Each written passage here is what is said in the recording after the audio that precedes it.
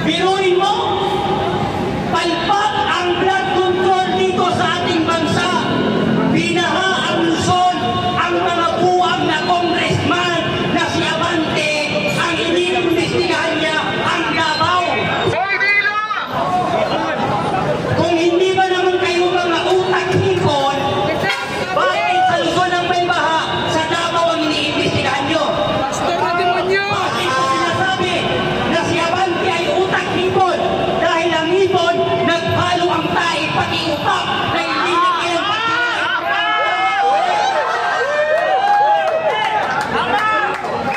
tayo ay lumabas na mga Pilipino. Huwag kayong matapang sa comment section. Huwag kayong matapang sa video.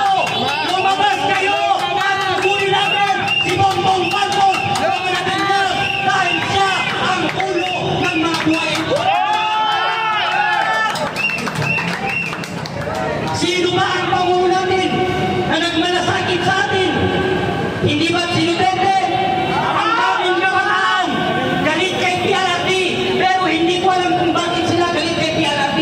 Kung hindi dahil kay PRRD, mga kabataan na buang na galit kay PRRD, hanggang ngayon adik kayo. Nalamdaman mo nung hindi naupo si PRRD sa pagkapangulo, ang mga estudyante pag umuwi ng school, bangkay pag-abot sa bahay dahil direct ng mga kaadik. Ang mga Pilipino, hindi sila makagamit ng cellphone sa jeep dahil andyan ang mga stanchion. Pero nung naupo si PRRD, natahimik tayo, nabuhay tayo ng mapayapa. Pero ipinakulong siya ng administrasyong Bongbong Marcos. Biruin mo, palpak ang blood control dito sa ating bansa. Binaha ang Luzon, ang mga buwang na congressman na si Abante, ang iniimbestigahan niya ang Davao. Kung hindi ba naman kayo mga utak-hipon, bakit sa Luzon ang may baha, sa Davao ang iniimbestigahan niyo? Bakit ko sinasabi na si Abante ay utak-hipon? Dahil ang hipon, nagpalo ang tae pati utak na hindi niya kayang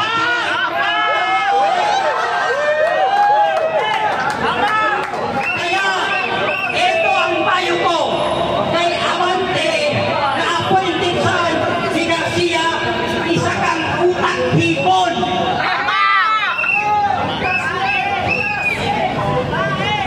Sa kabila ng paghihirap natin mga Pilipino, lumulusong tayo sa baha, hindi tayo makatulog ng maayos. Meron palang mga pamilya, meron palang mga politiko na nagpapakanasa, nagpapakasarap sa kaban ng bayan. Karapatan natin mga Pilipino na ungkatin kung saan napunta ang budget ng blood control dahil taxpayer na nagbabayad ng buwis dito sa bansang ito. Biruin mo ang mga anak ng mga kontraktor na mga putang ina. Hindi na sila nahiya magpospos ng mga kinakain nila na nagkakahalaga ng 759,000 ang mga gago. Si Jenna Alonte, putang ina mo. Akalanin mo, walang hiya na nag-post sa Instagram niya? Si Jenna Alonte, na nag-post siya sa kanyang Instagram account na sinabi niya wala siyang utang na loob sa mga Pilipinong purubin. Tanga ka. Wala ka palang utang na loob sa mga Pilipino, pero kinain ang utang inang tiyan mo ang kaban ng bayan. Dapat lang kayong murahin. Karapatan namin murahin kayo. Bakit? Mas masahol pa sa mura ang pagkain nyo sa kaban ng bayan.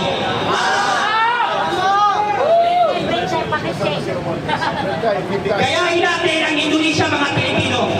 Ang Indonesia, mga warrior people na nilabanan nila at sinugpo nila ang korupsyon sa kanilang bansa. Eh tayong mga Pilipino, hindi ba natin kayang gawin yun? Kayang-kaya natin gawin yun basta magsama-sama tayo. Huwag tayong matapang sa comment section. Dapat matapang tayo sa personal. Ako kahit